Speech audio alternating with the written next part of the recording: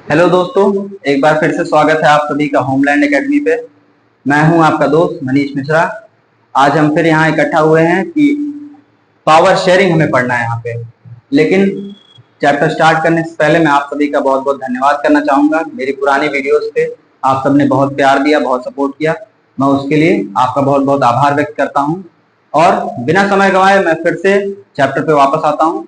ये power sharing जो chapter है, ये हमारे क्लास 10 के पॉलिटिकल साइंस का चैप्टर है, काफी इंपॉर्टेंट। और ये पहला चैप्टर है। हम यहाँ पे पढ़ेंगे कि पावर शेयरिंग क्या होता है, उसकी क्या क्या इंपॉर्टेंस है हमारे डेली लाइफ में, किस तरीके से पहले की गवर्नमेंट हुआ करती थी, क्या इंस्टीट्यूशन रहता था, और क्या चेंज करके हम उसे आज पावर शेयरिंग का कॉन्सेप्ट लेके आए हैं। तो इसको हम समझेंगे दो एग्जाम्पल से। दो ऐसे यूनिक एग्जाम्पल्स लिए गए हैं, एक बेल्जियम का और एक श्रीलंका का। यही आपके एनसीईआरटी में भी है। तो हम इन दोनों यूनिक एग्जाम्पल्स को अच्छे से पढ़ेंगे। शुरू करते हैं पहले कि पावर शेयरिंग होता क्या है या पावर शेयरिंग की बात कहां से आई। तो सबसे पहले आप ऐसा समझिए कि पहले का जो राजतंत्र होता था, पहले की जो व्यवस्था होती थी, वो मोनार्कियल होती थी। उसमें एक आपका किंग होता था, उसी के पास सारी तरीके की पावर होती थी, क्योंकि लोगों का मानना था कि अगर पावर एक जगह पे नहीं रहेगी तो क्विक डिसीजंस नहीं आ पाएंगे। क्योंकि चार लोगों में पावर चार तरीके से बटी रहेगी तो आपस में एक दूसरे के बाल नोचते रहेंगे और कोई डिसीजन नहीं आ पाएगा। लेकिन अगर एक इंसान के पास सारी की सारी पावर है, सारी की सारी पावर कहने से मेरा मतलब है लेजिस्लेटिव यानी कानून बनाने की शक्ति, एग्जीक्यूटिव यानी कानून पालन कराने की शक्ति, और जुडिशरी कि अगर कानून पालन नहीं हो रहा है तो उसको सजा देने की शक्ति। ये सारी की सारी पावर एक इंसान के अंदर होती थी, जो मोनार्क या जो किंग होता था। बट समय के साथ हमने देखा कि वो पावर्स अगर किसी गलत इंसान के हाथ में है तो उसका मिसयूज भी होता था। उससे पब्लिक के लिए जस्टिस ना होने की जगह जस्टिस ना हो पाता था, और इसका ये समझ लीजिए कि अनड्यू एडवांटेज उनके अपने चहेते लोग लेते थे।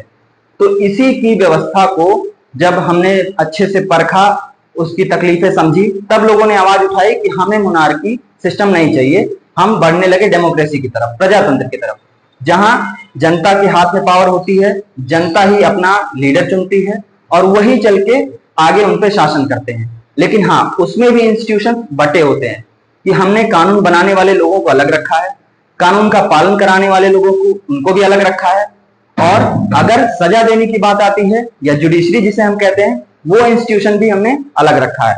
तो क्या उसकी जरूरतें हैं अब हम समझ गए। तो हम आगे बढ़ते हैं एग्जाम्पल पे अपने, जो हमारे पास दो स्टोरीज दी गई हैं, बेल्जियम की और श्रीलंका की।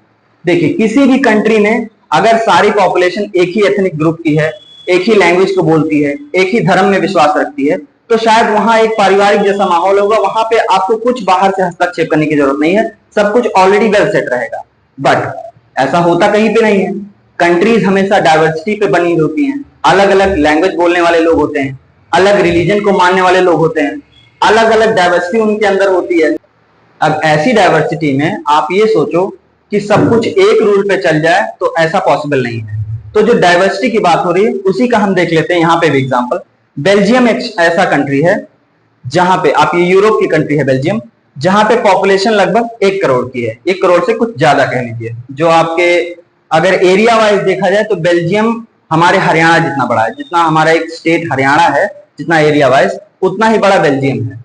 और हरियाणा की पॉपुलेशन लगभग 2 करोड़ की है, और यहाँ की पॉपुलेशन 1 करोड़ के थोड़ी सी जान लीजिए प्लस माइनस। उस 1 करोड़ की पॉपुलेशन में 59% जो लोग हैं वो लोग डच भाषा बोलने वाले हैं।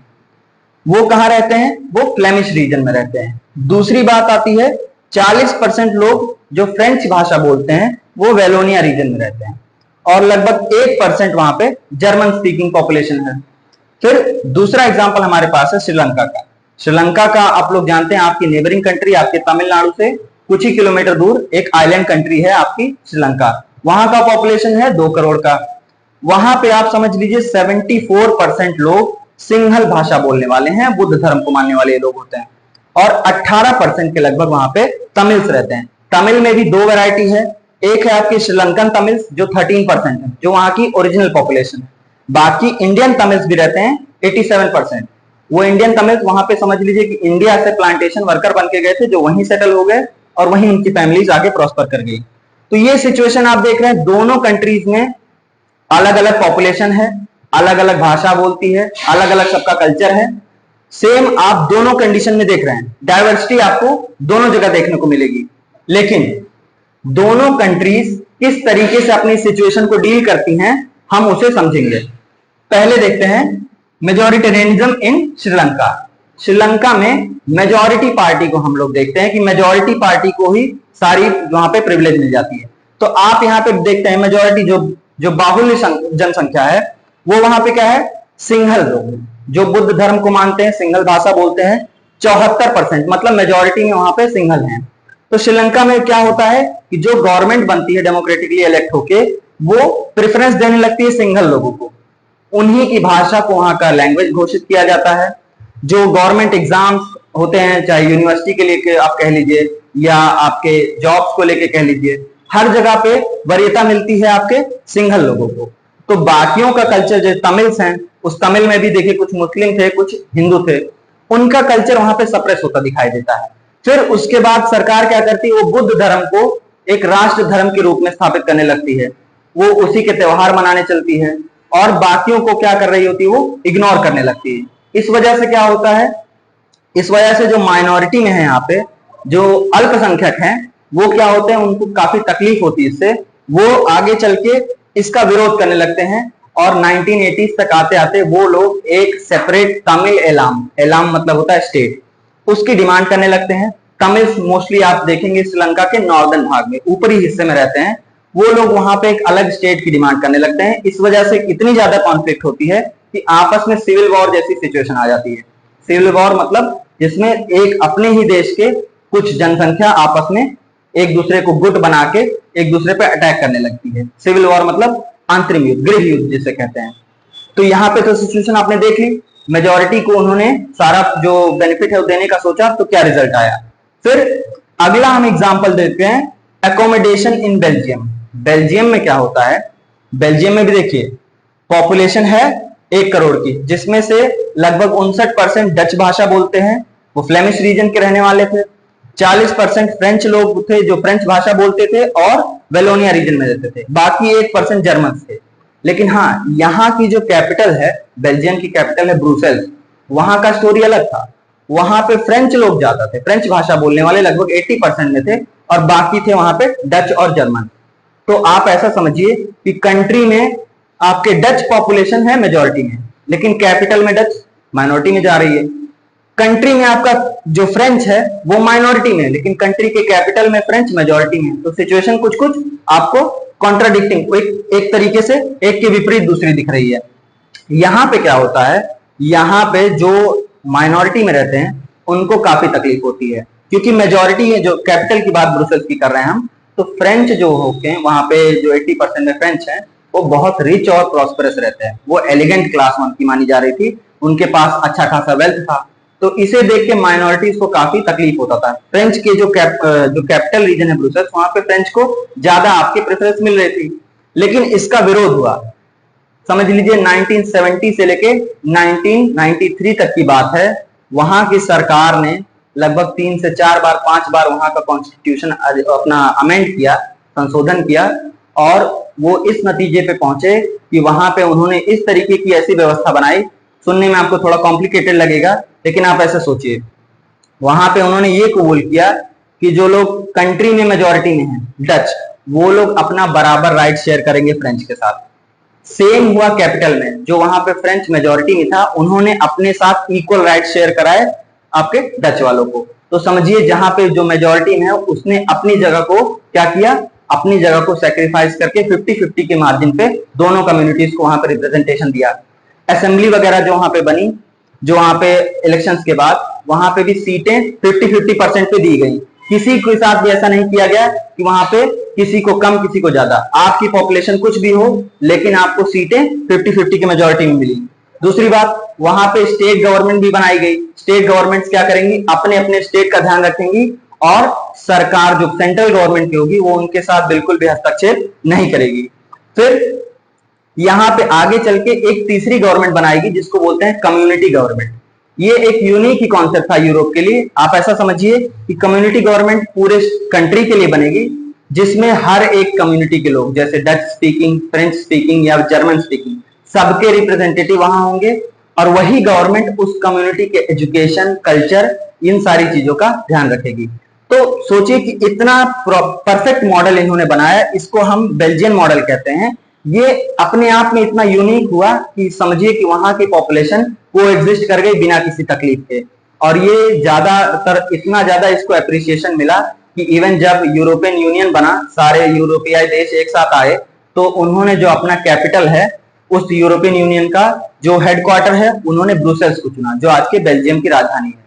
तो समझिए कि उनके इस एकोमोडेशन के जो प्रिंसिपल ने पूरे देश में शांति बनाए रखी। उसी तरह श्रीलंका में जब मेजोरिटी के फेवर में लोग चले थे, तो मेजोरिटी को आप फेवर करोगे तो चंद समय का, कुछ ही देर का आपको थोड़ा सा प्रॉफिट दिखेगा, लॉन्ग टर्म में उसके बहुत सारे नुकसान हैं। तो हम इस सिचुएशन को समझने के बाद अब अगले पॉइंट पे आते हैं, जो कह रहा है why is power sharing desirable, हमें पावर शेयरिंग की जरूरत क्यों है। तो आप ऐसे समझिए कि इसके दो कारण हैं। एक आपका प्रूडेंशियल है, प्रूडेंशियल माने कि सोचा समझा, दिमाग लगाया हुआ, जिसपे आप गहरा चिंतन करके उसको रीजन से सॉल्व करने की कोशिश करते हैं। और दूसरा कारण है मोरल, जिसमें आप दिमाग से ना सोच के दिल से सोचते हैं कि क्या सच में क्या अच्छा है। तो आप प्रूडेंशियल ये समझो कि वहां पे अगर आप पावर शेयरिंग किसी जगह पे कर रहे हो, तो वहां की पॉपुलेशन क्या होगी, पॉपुलेशन आपस में प्यार से कोएग्जिस्ट करेगी, एक दूसरे के साथ मिलकर रहेगी, मेजॉरिटी माइनॉरिटी को ऑप्रेस करने वाला कॉन्सेप्ट नहीं रहेगा। तो वहां पे क्या होगा, गृह युद्ध जैसे सिचुएशन यानी सिविल वॉर सिचुएशन नहीं आएगा। तो आपके देश में आपकी अगर आंतरिक शांति रहेगी, सब लोग अंदर पीसफुली तरीके से रहेंगे, तो आपका देश ग्रो करेगा। और मोरल कारण क्या कहता है, मोरल कारण ये कहता है कि डेमोक्रेसी, खुद डेमोक्रेसी के लिए नींव की ईंट है पावर शेयरिंग। अगर आप सारा पावर एक हाथ में रखो तो कहीं ना कहीं वो मोनार्की नहीं हो गया। मोनार्की और डिक्टेटरशिप में यही तो था कि एक ही इंसान बैठ के सारी डिसीजंस अपने खुद ही ले रहा था, सारे लॉ एंड ऑर्डर सारे उसी के हाथ में थे। तो अगर आप बात डेमोक्रेसी की कर रहे हो, तो वहां पे पावर शेयरिंग तो उसी का फाउंडेशन बन जाता है। तो इस तरीके से देखा जाएगा, मोरल जो रीजन है पावर शेयरिंग का, वो क्या है, वो खुद उसी प्रिंसिपल पे बेस्ड है जिसपे आपकी डेमोक्रेसी बेस्ड है। फिर कितने टाइप के पावर शेयरिंग होते हैं, फॉर्म्स ऑफ पावर शेयरिंग। तो इस तरीके से देखेंगे तो 4 फॉर्म्स होते हैं पावर शेयरिंग के। पहला होता है among different organs of government. ये समझिए हॉरिजॉन्टल पावर शेयरिंग है, एक ही लेवल पे हैं सब लोग, लेकिन काम सबका अलग अलग। सपोज जैसे आपका लेजिस्लेटिव विंग जो इक्वली इंपॉर्टेंट है और उसका काम है कानून बनाना, जैसे आपकी लोकसभा करती है। वो क्या करती है, आपके पूरे देश के लिए कानून बनाने का काम करती है।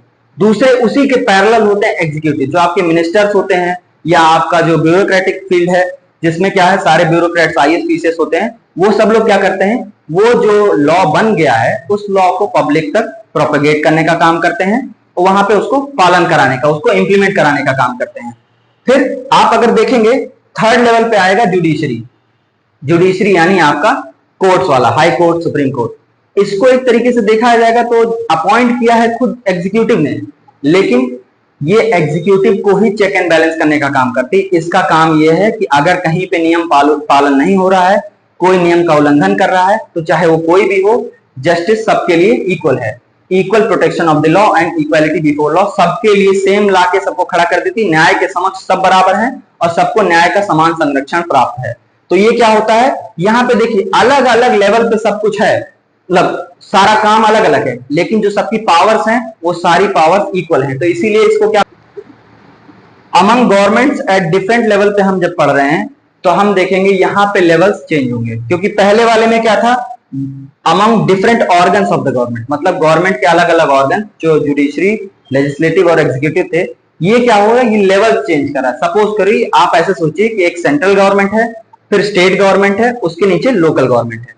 तो यहाँ पे क्या होता है, यहाँ पे गवर्नमेंट जो है, सेंट्रल गवर्नमेंट जो बैठी है, वो अपने कुछ पावर्स स्टेट गवर्नमेंट को दे देती है कि उस फील्ड में केवल स्टेट गवर्नमेंट लॉ बनाएगी, और वो स्टेट गवर्नमेंट क्या करती, फर्दर अपने ही पावर्स में से कुछ जो पावर्स हैं, कुछ कानून बनाने की शक्ति लोकल गवर्नमेंट को देती है, जैसे पंचायती राज वगैरह हो गया। जैसे हमारे स्टेट गवर्नमेंट को फिलहाल हम कह लें हेल्थ केयर मिला हुआ है, एजुकेशन मिला हुआ है, ये सारे क्या है, ये सारे जो फील्ड्स हैं इस पे केवल आपकी स्टेट गवर्नमेंट लॉ बनाएगी। ऐसे ही आपके रूरल डेवलपमेंट के लिए कौन रिस्पॉन्सिबल है, आपका पंचायती राज सिस्टम, जिसको आप लोकल गवर्नमेंट कहते हैं। तो ये डिफरेंट लेवल्स पे हो रही पावर शेयरिंग। फिर थर्ड आता है अमंग डिफरेंट सोशल ग्रुप्स। जैसे कि आपके ही देश में अलग अलग सोशल ग्रुप्स रहते हैं, एससीज हैं, एसटीज हैं, ओबीसीज हैं, इनको आप अगर ऐसे बराबर फील्ड पे लाके सोचो कि वो आपके साथ पार्टिसिपेट करके कंधे से कंधा मिला के चल सके, तो इनका हिस्टोरिकल बैकग्राउंड ऐसा नहीं रहा है। इन पे जितनी तकलीफें गुजरी हैं, आप शायद इसको सुनोगे तो आप भी इस चीज से बिल्कुल एग्री करोगे कि जो आज का सिस्टम है रिजर्वेशन का, वो क्यों है और इसकी कितनी जरूरत है। आप ये समझिए कि जो रिजर्वेशन का सिस्टम है वो कहीं ना कहीं जो आपके सोशल ग्रुप्स हैं उनको भी उस बराबर फील्ड में पार्टिसिपेट करने का हक देता है। आपका वो रिजर्वेशन का कुछ 33% का अगर कोटा मिल रहा है, 27% का कोटा मिल रहा है, तो उतने परसेंट एससी एसटी या ओबीसी जिनको भी आप वो रिजर्वेशन दे रहे हो, वो आपके साथ वहां पे बैठेंगे और शायद जब वो बैठेंगे वहां पे तो अपने ग्रुप्स का, अपनी जो सोसाइटी है, उनका जो समाज है, उसके बारे में बातें करेंगे। तो ये आपका ऐसा अरेंजमेंट है कि आपने अपने हिस्से की कुछ पावर शेयर कर दी है डिफरेंट सोशल ग्रुप्स के साथ। फिर लास्टली आता है among political parties, pressure groups etcetera. तो पॉलिटिकल पार्टीज भी देख लीजिए, आपके अलग अलग आइडियोलॉजी पे बनती हैं पॉलिटिकल पार्टीज। कुछ आपके सोशलिस्ट प्रिंसिपल पे बनेंगी, कुछ कैपिटलिस्ट, कुछ लेफ्ट विंग होंगी, कुछ राइट विंग होंगी, कुछ कंजर्वेटिव विचारधारा रखेंगी, कुछ लिबरल माइंडसेट के होंगे। तो ये क्या होती है, ये आपके अलग अलग सेक्शन ऑफ पॉपुलेशन को रिप्रेजेंट करती है। बट कभी कभी ऐसा केस आता है कि आप देखोगे ये अलग अलग पार्टीज एक साथ मिलकर फंक्शन करती हैं, जिसे आप कोएलिशन गवर्नमेंट कहते हो या गठबंधन की सरकार कहते हो। यहाँ पे आप देख रहे हो, आप अपनी पॉलिटिकल पावर्स को डिफरेंट पार्टीज के साथ, डिफरेंट पॉलिटिकल पार्टीज के साथ शेयर करते हुए देखते हो, जिसमें अलग अलग पार्टी के लोग एक साथ आके काम करते हैं, उसी पावर को शेयर करते हैं और साथ ही साथ उनकी आइडियोलॉजीज भी कोमिंगल होती है, जिससे क्या होता है, देश की जो डाइवर्सिटी है हम उसकी रिस्पेक्ट करते हैं। और प्रेशर ग्रुप्स क्या होते हैं? प्रेशर ग्रुप्स होते हैं जो आपके ओपिनियन को सरकार तक पहुंचाने की मदद करते हैं। आप अलग अलग तरीके से देखेंगे, जब फार्मर्स का अपना यूनियन बना होगा, इंडस्ट्रियलिस्ट का अपना यूनियन बना होगा, लेबर्स का अपना यूनियन बना होगा, ये सब लोग क्या करते हैं, ये सब लोग उस सेक्शन ऑफ पॉपुलेशन की डिमांड्स को, उस सेक्शन ऑफ पॉपुलेशन की जरूरतों को मेन स्ट्रीम आपके जो गवर्नमेंट है, जहां पे पॉलिसी फॉर्मेशन हो रहा है, वहां तक पहुंचाने का काम करते हैं। अगर ये प्रेशर ग्रुप्स की बात कर लें तो ये प्रेशर ग्रुप्स क्या करते हैं, बस पब्लिक की आवाज को सरकार तक पहुंचाने की मदद करते हैं और इनका अपना एक इंपॉर्टेंट रोल है आपके डेमोक्रेसी में। तो हम फाइनली इस चैप्टर को पूरी तरीके से पढ़ चुके हैं। हम ये पढ़ चुके हैं कि पावर शेयरिंग क्या होता है, जिसका मतलब है कि जो आप पॉलिटिकल पार्टीज की बात कर लो, प्रेशर ग्रुप्स की बात कर लो, सोशल ग्रुप्स की बात कर लो, गवर्नमेंट एट डिफरेंट लेवल की बात कर लो, या अलग अलग ऑर्गन्स ऑफ द गवर्नमेंट की बात, सब में पावर शेयरिंग हो क्यों रही है, ताकि पावर किसी एक आदमी के हाथ में या एक कुर्सी के हाथ में सारी पावर ना जाए और वो उसका मिसयूज ना करे। क्योंकि अगर सारी पावर कॉन्सेंट्रेट होकर एक जगह पे आ गई तो वहीं पे डेमोक्रेसी आपकी खतरे में आ जाएगी। वो डेमोक्रेसी नहीं रह जाएगी। अगर सारे डिसीजन एक ही ऑफिस से आ रहे हैं तो उसे आप डिक्टेटरशिप या कह सकते हैं कि वही आ गया आपका वापस से मोनार्की। तो फिलहाल मैं उम्मीद करता हूं कि आपको ये चैप्टर समझ आया होगा और मिलते हैं किसी और वीडियो में। आप सबका बहुत बहुत धन्यवाद। इसी तरीके से आप हमारे वीडियोस को सपोर्ट देते रहिए। Thank you.